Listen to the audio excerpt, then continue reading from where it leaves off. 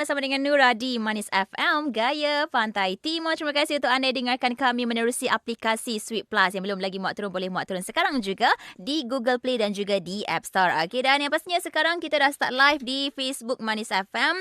Nodok seorang tengah hari ini, kita ada tetamu di Konti Manis FM. Kita bersama-sama dengan panel jemputan kita di mana akan bincangkan topik kita mengenai orang muda dan juga serangan jantung. Kita bersama dengan Dr. Ahmad Suhaimi Mustafa, pakar kardiologi intervensi KMI Kuala Terengganu Medical Center. Assalamualaikum, Doktor. Waalaikumsalam warahmatullahi wabarakatuh. Terima kasih kerana menjemput ke Konti Manis FM. Ni kali pertama saya datang sini. First time? Terima kasih. First time. Boleh Debor, ajak lagi Doktor. ni Tapi nak tengok muka tak debor. InsyaAllah. InsyaAllah. Okey, juga bersama-sama dengan kita Puan Salina, iaitu pengurus besar KMI Kuala Terengganu Medical Center. Sihat ke? Alhamdulillah, sihat. Thank you, Nura. Sama-sama. Matching-matching. Kita pink-pink juga Pink. Pink-pink. Okey. So, untuk hari ini, mungkinlah ada persoalan daripada pendengar-pendengar kita yang nak bertanyakan soalan. Anda boleh WhatsApp di nombor 019-960-5093 ataupun boleh masuk join dekat live Facebook Manis FM, komen je dekat situ. Okey. So, kita nak tanya dulu lah mengenai perkembangan terbaru KMI Kuala Terengganu Medical Center ketika ini. Kita tanya Puan Salina, boleh? Boleh. Okey, silakan. Boleh cakap dengan Nura? Boleh, ada masalah pun. Assalamualaikum semua Salam. pendengar Manis FM. So, terima kasih sekali lagi kerana jemput kami KMI Kuala Terengganu nak share lah maklumat-maklumat mengenai servis-servis kami Okey. dekat hospital baru kami ni. Jadi sekarang ni saya nak share dengan pendengar, kita banyak dalam proses upgrade bangunan dan fasiliti kita. Okey. So kita nak buat lebih cantik, lebih kemas, lebih selesa untuk pelanggan-pelanggan kami lah. Sebab kami tengok memang jumlah pelanggan yang datang tu semakin ramai. Jadi mesti kita nak utamakan keselesaan. Betul. So kepada pelanggan-pelanggan kami, insya-Allah nantikan sesuatu yang barulah daripada pihak kami menjelang akhir tahun ni. Apa yang baru tu? Kita Bertambah bilik ke? ward, kita upgrade fasiliti dalam ward, di ruang lobi. Okey. Banyaklah macam-macam. Saya tak boleh share semua. Nanti tak surprise. Amboi, ada surprise juga ya. Ya. Okey. So kita nak balik kepada topik kita hari ini, iaitu mengenai orang muda dan serangan jantung. Kalau tengok pada sebab zaman sekarang ni Kang, dok kira umur dah kiranya. Ada yang muda pun terkena serangan jantung. Jadi kita nak tanya doktor sendirilah, kata apa, sedikit mukadimah mengenai serangan jantung di kalangan orang muda ni. Silakan doktor. Okey, terima kasih Nora. Sama-sama. So, untuk yang serangan jantung pada orang muda ni, dia dah jadi trendy sekarang. Orang kata kalau dulu, kalau tua-tua tu kena serangan jantung, it's okay. Tak pelik. Tak pelik. Biasa. Orang tua kena serangan jantung akan mati. Tapi sekarang Doktor punya ayat. tapi sekarang orang muda Ya. surprisingly ramai yang terkena serangan jantung dan eventually ada yang meninggal pada usia yang muda. Betul. So ini yang lebih menakutkan kerana sepatutnya kita negara yang lebih maju, mempunyai taraf kesihatan yang baik, tetapi kita mundur ke belakang yang mana umur usia untuk orang yang kena serangan jantung ni lebih muda. Itu lebih menakutkan. Jadi untuk yang kena serangan jantung pada usia yang muda ni, kita perlu bagi penerangan, okey? Kerana mereka adalah usia yang proaktif, yang aktif, dan juga mereka adalah breadwinner to family. Jadi kalau mereka tidak menjaga kesihatan masing-masing, maka isunya lebih kepada keluarga, diri sendiri dan juga eventually kepada negara. Okey, jadi setakat ni lah boleh dikatakan ramalan lah kan, ramai penyakit, kata apa, pesakit-pesakit yang terkena serangan jantung ni sampai ke tahap, kata tahun 2023 ni anggaran berapa persen dah tu? Kalau ikut kita punya data NCBD, so trending dia adalah usia pada usia 50-an. Okey, untuk lelaki dan 55 ke atas, 55 ke bawah untuk perempuan. Okey. So apa yang kita lihat adalah percentage berbanding dengan usia yang lebih meningkat, terutama sekali 70 ke atas, adalah lebih tinggi. Dan ini disebabkan oleh banyak faktor-faktor risiko jantung yang lain seperti rokok, kesihatan yang tidak terdedah pada exercise, dan juga faktor kencing manis, darah tinggi dan juga sebagainya lah. Jadi kalau ikut perangkaan dari segi WHO dan juga Malaysia data NCBD, so on so forth, sebenarnya kita lihat prevalence untuk orang yang ada serangan jantung dan juga penyakit jantung di usia yang muda itu lebih tinggi sekarang berbanding dengan 10 tahun ataupun 20 tahun yang dulu. Okey. Pengalaman saya di KMI itu sendiri, saya lihat pesakit jantung saya yang banyak kena serangan jantung pada takat 40-an, 40 dan 50, which is konsisten dengan data negara kita. Dan termuda yang saya pernah lihat yang kena serangan jantung adalah 20-an. 20-an. Ya. Tapi biasanya kalau pernah dengar lah kan, kisah-kisah yang terkena serangan jantung pada usia yang muda ni, kebanyakan mereka yang bersukan waktu malam. Adakah benda tu efek juga sebenarnya untuk terkena serangan jantung? Okey, serangan jantung ni kita kena kita tak boleh pukul rata serangan jantung tu bila main kena serangan jantung. Dia ada masalah sama ada disebabkan oleh salur darah jantung ataupun disebabkan oleh masalah ritma jantung. Okey. Usually kalau yang muda, contohnya kalau pemain bola sepak yang kita tahu dulu Euro masa kita PKP dulu, Christian Eriksen suddenly collapse masa tengah main bola. Yeah. So dia collapse bukan kena serangan jantung tapi dia kena masalah ritma jantung. Ventricular tachycardia kita panggil. So selepas resusitasi dia masuk bateri. Okey, bateri untuk pastikan dia tidak kena lagi serangan itu. Dia bukan masalah salur darah jantung. Tapi kita ada juga keadaan di mana yang muda ni kena serangan jantung disebabkan oleh salur darah yang sempit. Okey. So kalau nak kata relevan sama ada kita kena waktu malam atau siang tu sebenarnya tidak ada sangat. Kenapa malam? Sebab kita kerja siang jadi malam tu baru nak exercise. Bersukan kan? Jadi saya tak pasti sama ada itu ada kaitan atau tidak lah. Mitos ke tidak lah. Kan? Mungkin sesuatu yang perlu dibuktikan lah. Mungkin juga dia kurang berehat. Itu betul. Kan? Sudah penat siang hari kan. Bekerja, lepas tu malamnya main lagi. Tak ada waktu rehat kan. Kita nak tahu juga lah mengenai langkah-langkah pencegahan mengenai serangan jantung ni. Sekejap lagi bersama dengan doktor. Kita nak tanya Puan Salina dulu. Okay? Mengenai tujuan pakej saringan jantung di KMI KT. Okey, kita di KMI kami start menyediakan servis kardiologi ni saya rasa dalam 2 tahun lah yang lepas. Dan yang penting kita tengok pada populasi masyarakat Negeri Terengganu ni, dia takut nak mari test. Dia tak tahu dia ada sakit jantung, dia tak tahu nak test macam mana, nak buat apa, dia dengar je sakit jantung. Sedar-sedar orang kata jatuh. Maknanya prevention tu, langkah-langkah prevention tu tak ada. Jadi inisiatif kami, kita sediakan beberapa package lah. Untuk pertamanya menyaring. Saya rasa yang paling penting kat sini ialah saringan lah. Sebab dengan adanya KMI KT, kita dah bagi akses tu pada masyarakat negeri Terengganu. Buat makluman pendengar, KMI Kuala Terengganu merupakan satu-satunya fasiliti swasta yang ada makmal kateterisasi. Makmal ni tempat Dr. Suhaimi bekerja lah. Dalam tu dia buat angiogram, dia buat angioplasti, dia masuk stent, dan dia boleh letak kata bateri tadi tu. So kami merupakan satu-satunya fasiliti swasta yang ada di negeri Terengganu. Jadi itu merupakan akses sebenarnya kepada rakyat kita untuk dapat servis yang menyeluruh. Dan yang pentingnya kita mulakan dengan saringan. Sebab orang kata kalau dok check, dok tahu. Dok tahu kan? Jadi kadang-kadang bila check baru tahu tak sangka-sangka dia ada simptom-simptom dan kos rawatan kalau disaring lebih awal tu adalah lebih murah, lebih efektif dan outcome dia adalah lebih baik lah. Jadi memang kita peka dengan keperluan ni dan saringan jantung kami bermula pada harga yang sangat berpatutan. Kita mula dengan harga serendah RM450 sahaja. So dengan harga RM450 ni anda boleh lakukan langkah pertama, cek dulu.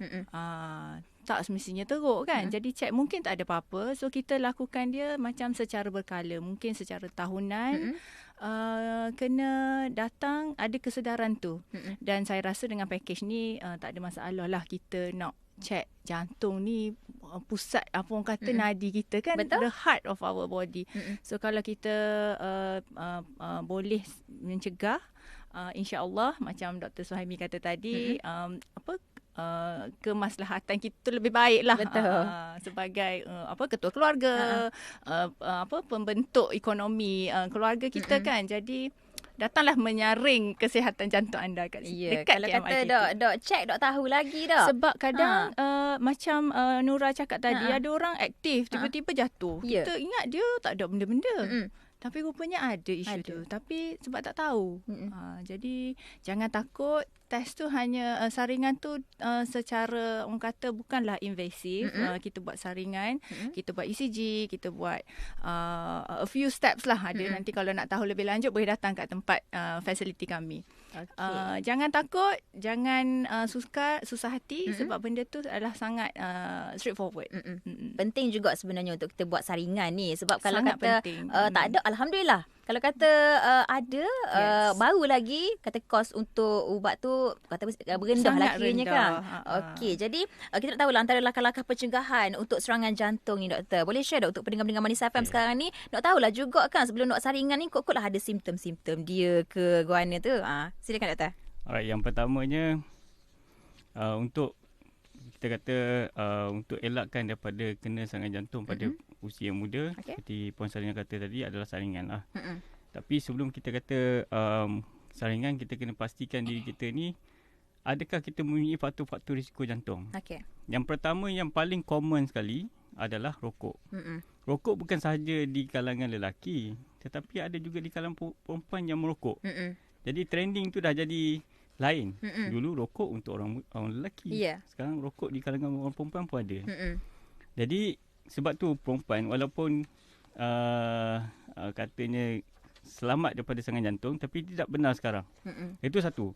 Yang kedua, antara yang lain adalah kita kena pastikan kita tidak ada kencing manis, darah tinggi, kolesterol. Ini satu-satu benda yang common lah.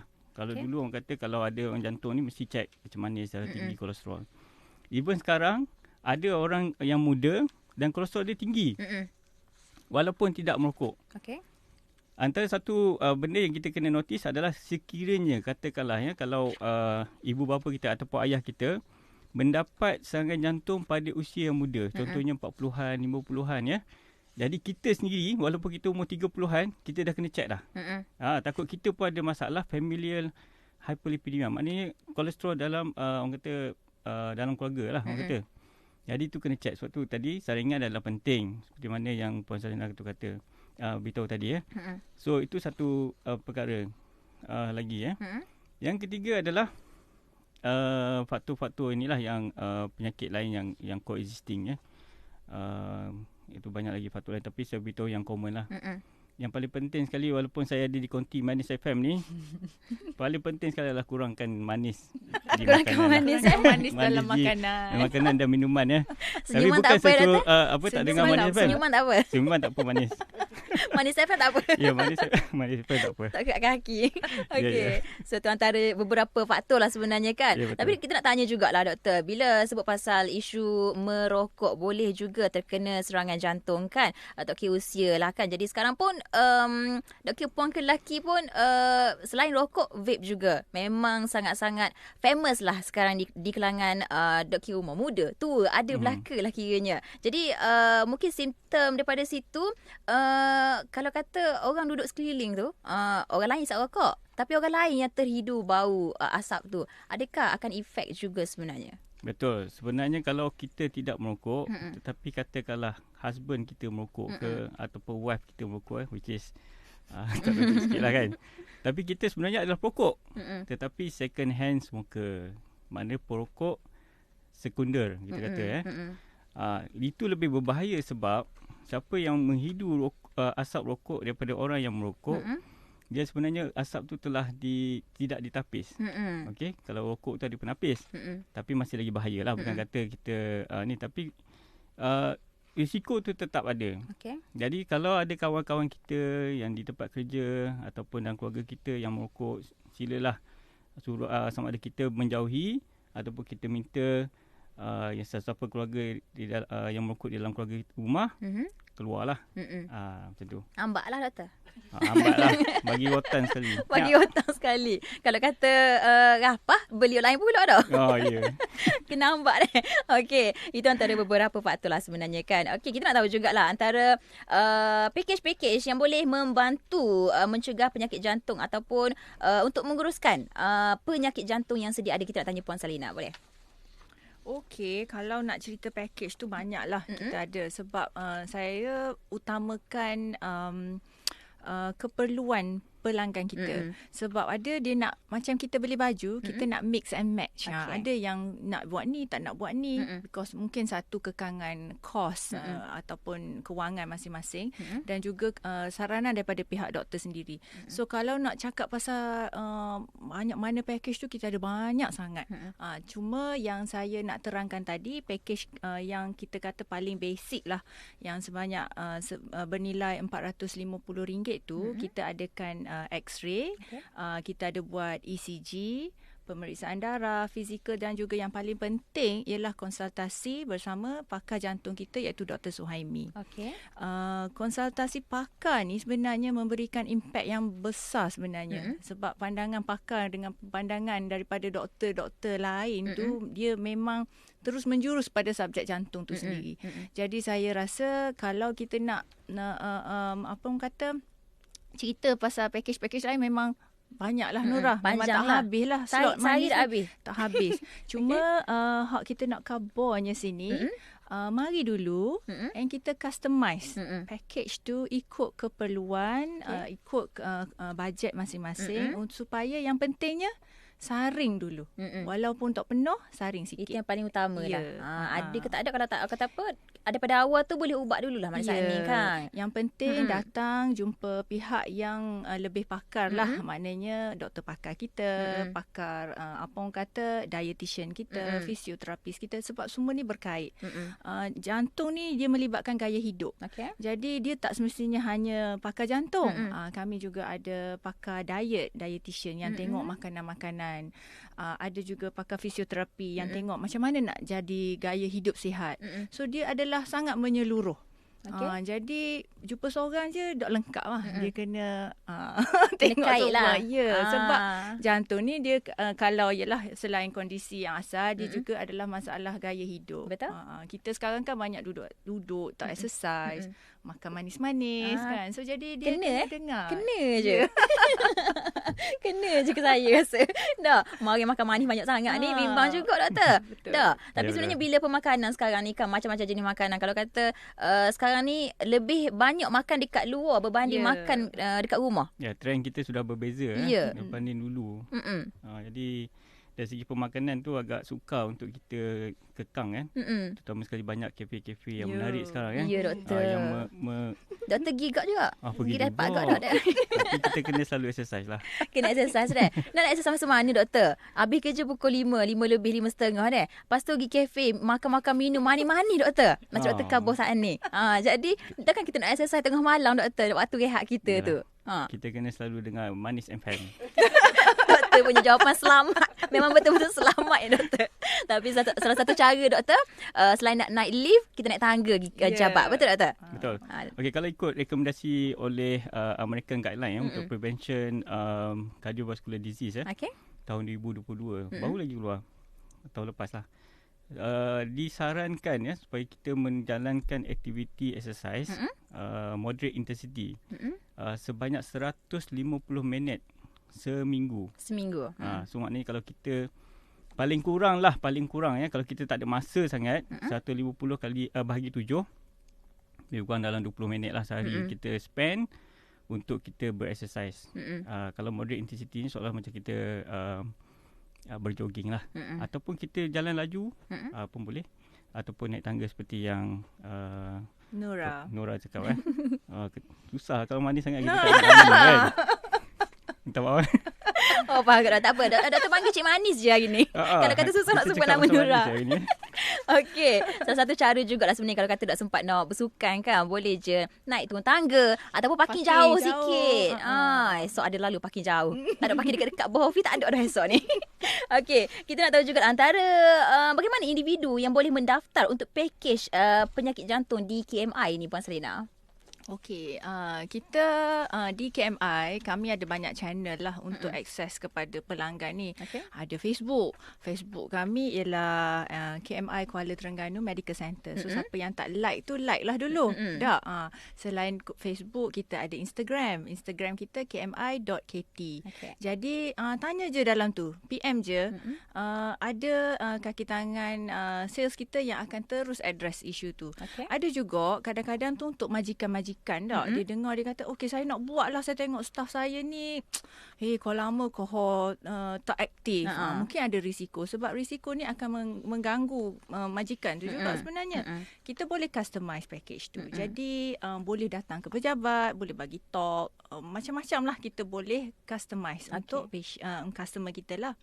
Ataupun kalau pendengar-pendengar tu yang tak ada akaun Facebook, tak ada akaun Instagram, boleh call. Boleh call kita dekat talian 0963788888. Senang je. Call and then kita akan terus hubungkan kepada jabatan yang berkenaan lah.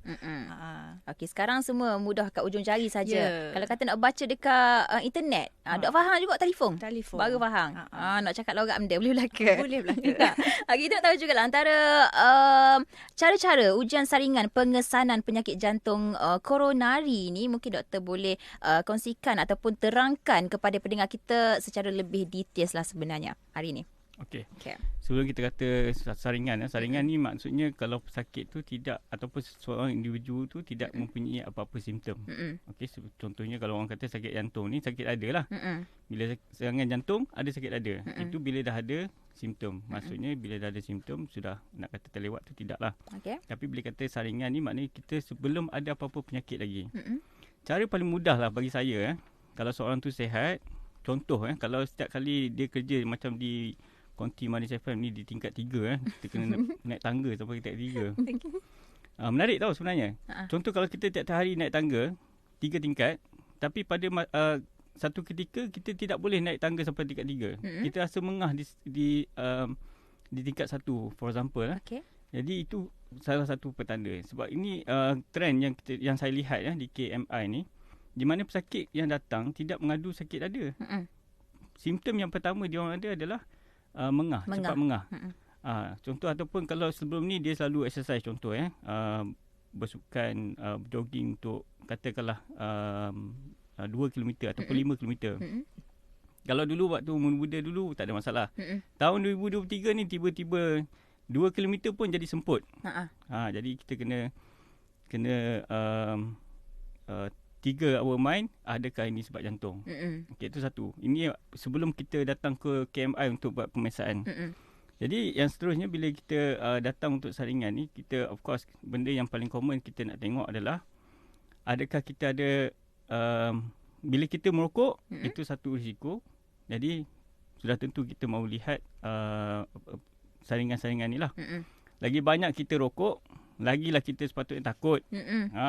Kemungkinan untuk jantung tu ada. Betul. Jadi bila dah datang untuk cek, sudah tentu kita nak kena tengok kencing manis, darah tinggi, kolesterol dan sebagainya lah. Yang berkaitan lah sebenarnya. So antara salah satu saringan lain yang kita buat kat sini adalah stress test. Stress test ni adalah satu ujian exercise senaman yang mana kita akan tengok ECG perubahan ECG apabila seseorang tu berlari. Ini salah satu test lah yang kita boleh buat untuk saring untuk orang yang ada masalah jantung ni. Saya ada satu pesakit yang mana dia sihat, selalu berjoging, tapi bila buat stress test ada perubahan ECG yang ketara. So bila kita buat angiogram, rupa-rupanya memang ada salur darah yang sempit, yang teruk yang perlukan intervention. So kadang-kadang kita ingat kita exercise sihat, boleh lari macam biasa, tapi sebenarnya di dalam tu yang kita tak tahu. Okey. Adakah mungkin disebabkanlah dengan cara ataupun masa ataupun dari segi kata apa antibody yang tak kata apa efek jugalah kepada ke arah kalau dah bersukan, tapi ada juga yang terkena dengan kata apa simptom-simptom serangan jantung. Betul. Ni. Dok Mahir. Sebab kadang-kadang bila kita kata exercise ni bukan kata total prevention. Of course kita nak jadikan kita sihat. Dan kita kena tengok bila kita start exercise tu. Okay. Kalau kita dah start exercise umur 40, tapi kita dah ada kencing manis, kolesterol dah 10 tahun yang lalu, kemungkinan chances untuk ada jantung tu dah ada. Tapi sekiranya kalau kita maintain exercise tu, kata kalau daripada umur 20 kita dah mula exercise dan continue sampai sekarang, usually insyaAllah okey lah. Tapi kalau sekiranya masih merokok tegar, tapi makan tak jaga, kolesterol tak jaga, walaupun kita exercise, pasti risiko tu ada dan risiko jantung pun ada di situ lah. Jadi sebab tu kita kata depends apa yang kita inilah. Kadang-kadang bila umur 40 ni, orang kata tiba-tiba timbul keinsafan kan. Masa tu lah baru nak exercise. Sebelum-sebelum tu, masa muda-muda dulu, duk rokok lah, makan benda-benda manis kan, baru nak dengar diet. Manis FM. So, jadi sukarlah di situ. Jadi susah sikit lah kan. Kira macam kalau kata dari dulu dia dah buat saringan, dah tahu daripada awal dulu dia dah jaga. Tapi kalau kata daripada awal muda dulu tak buat lagi saringan sampailah ke menjangkau usia 40 baru nak buat, ataupun masa tu dah sebenarnya dah ada penyakit-penyakit yang kronik lah sebenarnya kan. Betul. Tapi masa tu memang tak nak ubat benda-benda dah kiranya tak. Boleh berubat tapi tidak terlambat lah. Yang penting kita bila kita rasa diri kita sesuatu yang berbeza seperti daripada kita muda dulu, dan cepat-cepatlah kita datang ke hospital. Jangan takut. Tak kira di KMI ke ataupun di mana-mana hospital atau maybe di klinik. Kalau kita suspect benda yang tak normal pada diri kita. Okay. Jangan ingat umur 40 tiba-tiba asyik gastrik. Kadang-kadang gastrik tu bukan gastrik. Sebenarnya adalah jantung. Okey. So kita nak tahu jugalah antara jenis rawatan kepada pesakit jantung koronari ni kan. Tapi sebelum tu nak tanya jugalah doktor mengenai cardiac arrest yang semakin kata apa popular juga sekarang ni. Mungkin doktor boleh terangkan kepada pendengar-pendengar kita. Okey, so cardiac arrest ni bermaksud jantung tu terhentilah. Okey. Arrest ni maknanya dia tak bergerak langsung. So cardiac is jantung. So bila orang kena serangan jantung, di mana bila jantung tu stop berfungsi ataupun disebabkan oleh cardiac arrhythmia. Cardiac arrhythmia ni nadi yang tak sekata di dalam jantung. So dia menyebabkan jantung akan terhenti fungsinya. Okay. So apabila fungsi terhenti, jadi itu dipanggil cardiac arrest. Okay. So bila cardiac arrest ni, usually pesakit tu dia akan tiba-tiba dia tak sedarkan diri lah. Kadang-kadang sempat datang hospital, kadang-kadang tak sempat. Tetapi kalau sekiranya orang yang menyupai pesakit tersebut tahu macam mana nak buat, contohnya CPR dan sebagainya, mungkin pesakit boleh survive sampai ke hospital. So nak katanya cardiac arrest ni adalah dah penghujung bila dah kena serangan jantung. Macam tu. Yang last lah kiranya. Maknanya dah teruk lah. Teruk sekali lah tu. Teruk sekali lah. So bila orang kena serangan jantung ni, apa yang berlaku, kita kata kalau ada salur darah yang blok, bahagian jantung yang disupply oleh salur darah tu akan terhenti dan menyebabkan otot jantung di salur darah itu dia tak bergerak. Jadi jantung jadi stunting dan dia tidak boleh berfungsi dengan baik. Itu menyebabkan perubahan dari segi ritma jantung dan itu boleh menyebabkan cardiac arrest. Okey, faham. Alright, kita nak tahulah antara jenis rawatan pula untuk pesakit jantung koronari ni doktor. Macam mana? Dari segi rawatan, kalau orang dah kena koronari maksudnya salur darah jantung. Okey. Jadi bila kita ada masalah yang doktor suspect ada kena masalah salur darah jantung, biasanya doktor akan suruh cek salur darah jantung ataupun kita panggil coronary angiogram. Ini satu prosedur di mana untuk lihat salur darah jantung adakah penyempitan salur darah jantung yang menyebabkan simptom-simptom yang membawa pesakit datang ke hospital lah. Jadi bila kita nampak salur darah yang sempit, saya selalu beritahu pada pesakit lah, dia ada 3 kemungkinan lah. Pertama, makan ubat saja. Okey. Kedua, makan ubat saja. Dan juga kita buat stent ataupun balloon. Yang ketiga, makan ubat ataupun dan juga pembedahan jantung. Okey. Jadi maksudnya bila kita buat angiogram ni, kita lihat ada penyempitan salur darah. Ada 3 kemungkinan yang boleh berlaku lah. Maknanya bukan semua yang kena masuk stent, masuk balloon. Ada juga option di mana apabila salur darah terlalu banyak yang sempit, yang mana pembedahan jantung itu lebih baik. Biasanya doktor akan suggest pembedahan jantung lah. Jadi kita kena ingat, bila kata coronary angiogram, stent balloon itu je yang tahu. Tapi sebenarnya ada option lain yang sebenarnya lebih sekiranya lebih baiklah daripada stent. Okey, cukup jelas sebenarnya. Kata apa, penerangan mengenai topik kita pada hari ini. Ada beberapa soalan sebenarnya kita nak tengok dekat Facebook Manis FM hari ini doktor. Boleh Boleh. Okey, so kita ada satu soalan daripada sahabat kita ni, Tajul. Serangan jantung ni kebanyakan untuk orang gemuk je ke, doktor? Mungkin jugalah ada pendengar-pendengar kita ni yang berbadan besar sikit lah kan. Yang comel lah kaki doktor tak? Jadi mungkin antara persoalan jugalah. Comel juga soalan dia ni, comel. Okay, sebenarnya gemuk ni tidaklah satu benda yang bermasalah sebenarnya. Orang pandang sengit kepada orang gemuk sebenarnya kan.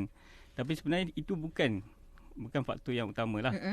Cumanya bila kita kata orang yang berbadan besar ni, kita kena tengok dan dia kena selalu check di mana ada faktor-faktor lain yang boleh menyebabkan coexisting penyakit yang akhirnya membawa kepada penyakit jantung. Contohnya, bila orang ada berbadan besar, kita boleh kata bukan nak assume lah, mungkin kolesterol tinggi. Ataupun mungkin dia terdedah kepada darah tinggi. Ataupun mungkin juga bermasalah dengan kencing manis sebab metabolic syndrome. Ataupun juga boleh disebabkan oleh obstructive sleep apnea, OSA, ataupun masalah pernafasan. Yang ini semua akan menyebabkan darah tinggi dan akhirnya faktor-faktor ini akan membawa kepada risiko jantung.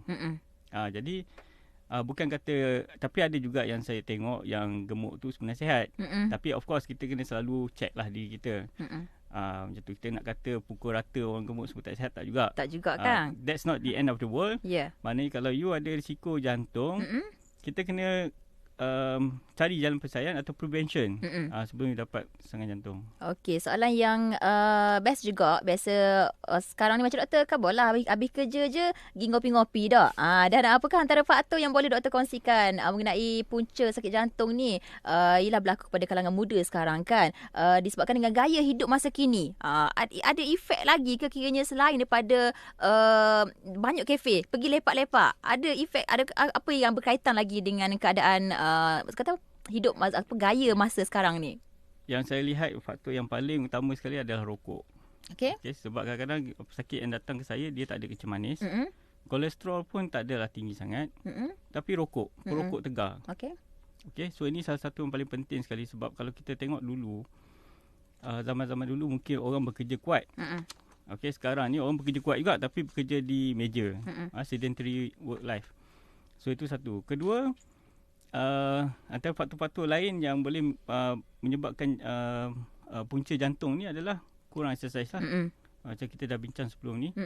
Kita banyak lebih terdedah kepada kerja office yang orang kata banyak duduk, kurang berjalan. Kalau boleh pergi kedai pun nak parking depan kedai. Kalau boleh masuk dalam kedai tu lagi bagus. Lagi cun. Tapi sekarang hujung jari doktor order je. Itu lagi teruk. Kena order saja. Kan? Duduk kat meja daripada pagi, menghadap PC, order sahaja, lepas tu makan pula kat meja tu je. Jadi training kita pada usia muda ni dah berbeza. Yang gelak-gelak tu betul lah tu. Dah berbeza dah kita. Okey. Zaman dulu saya pernah lihat last kali yang saya masih ingat lagi, umur 76 tahun. Dia masih lagi kerja buat jalan. Okey, kena serangan jantung. Tapi bila kita buat angiogram, saluran jantung memang ada saluran darah jantung yang sempit, tapi satu saja. Yang lain tu okey. So bayangkan umur 76 baru kena serangan jantung. Baru kena. Dan masih lagi aktif. Dan kita sekarang ni kita lihat trend umur 40-an, 30-an dah kena serangan jantung. Jadi kita kena jawab balik.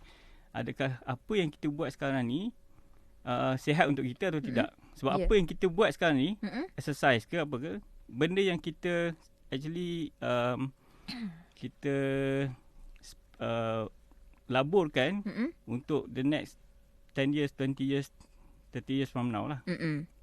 Okey, ada lagi soalan kemudian untuk doktor jawab hari ini berkaitan dengan jantung ni. Apa kaitan jantung dengan buah pinggang? Mungkin ada efek juga. Okey. So jantung ni dia fungsi dia untuk pump darah ke buah pinggang. Okey. Kalau dia sama ada orang kata chicken and egg lah, telur dan juga ayam, masa tu datang dulu Kalau orang tu ada buah pinggang, masalah buah pinggang, dia boleh menyebabkan faktor-faktor lain yang saudara jadi mengeras dan sebagainya, kencing manis, bla bla bla. Tapi jantung ni kalau sekiranya dia lemah, dia pun boleh menyebabkan buah pinggang. So, kita panggil cardiorenal syndrome. Banyak situasi macam itulah. Okey. So antara buah pinggang boleh menyebabkan jantung ataupun jantung boleh menyebabkan buah pinggang. Okey. Macam itulah. Okey, soalan mengenai bersukan waktu malam tu bukan sepenuhnya lah macam doktor bagi tahu tadi kan. Okey, sakit jantung ni boleh disebabkan oleh genetik juga ke? Macam kalau kita tahu kencing manis boleh disebabkan efek daripada genetik, keturunan lah kan. Okay. Jadi boleh juga ke jadi gini? Okey, ada. Kalau sakit jantung. Sebab bila kata sakit jantung ni, jantung ni is an organ. Satu organ yang dia ada banyak parts. Macam kereta ada banyak parts. So jantung ni dia ada salur darah, dia ada masalah otot, dia ada masalah injap, dia ada masalah ritma jantung. Jadi bila kita kata genetik ni ada disebabkan oleh masalah ritma jantung, ada genetik menyebabkan otot jantung tu tebal, yang boleh menyebabkan serangan jantung, ataupun masalah genetik pada kolesterol. Kita panggil familial hyperlipidemia. Maknanya kolesterol tu tinggi dalam keluarga. Jadi tu eventually akan menyebabkan salur darah jadi sempit lah. So of course ada lah kita kata ini. Jadi sebab tu saya kata tadi, kalau let's say ayah kita ada kena serangan jantung ataupun meninggal pada usia muda, of course kita kena saring awal lah. Okey. So kita tanya Puan Salina, boleh? Berkenaan dengan KMI, ada buat klinik ke untuk perokok yang nak berhenti merokok? Buat klinik. Mungkin ada tempat yang untuk membantulah mereka sebenarnya nak berhenti rokok ni. Susah sangat. Makan ubat tu, pergi sukan apa semua, jadi juga ni. Kau mana nak buat ni? Okey, thank you Nura. Yeah. Secara spesifiknya klinik cessation dia macam klinik berhenti merokok lah. Sebenarnya inisiatif ni dah lama dah kerajaan buat. Kerajaan, KKM, hospital, kerajaan memang buat secara percuma saja. Cuma itulah kesedaran rakyat negara kita ni, yang percuma ni dia rasa dia tak berapa mendapat sambutan sangat dah. Tapi kami juga boleh bekerjasama dengan pihak apa orang kata KKM untuk provide servis ni. Sebab di hospital kami ada seorang pakar, Dr. Termizi nama dia. Dr. Termizi ni merupakan respiratory consultant.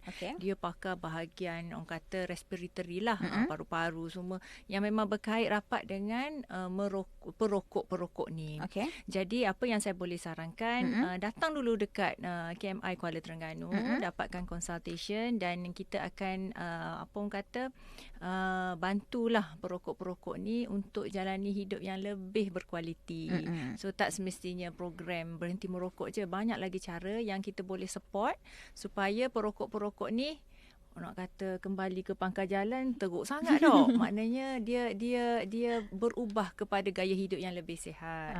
Begitu. Kalau kata join juga beberapa event lah berkenaan dengan berhenti rokok ni, tapi tetap juga merokok tak jadi.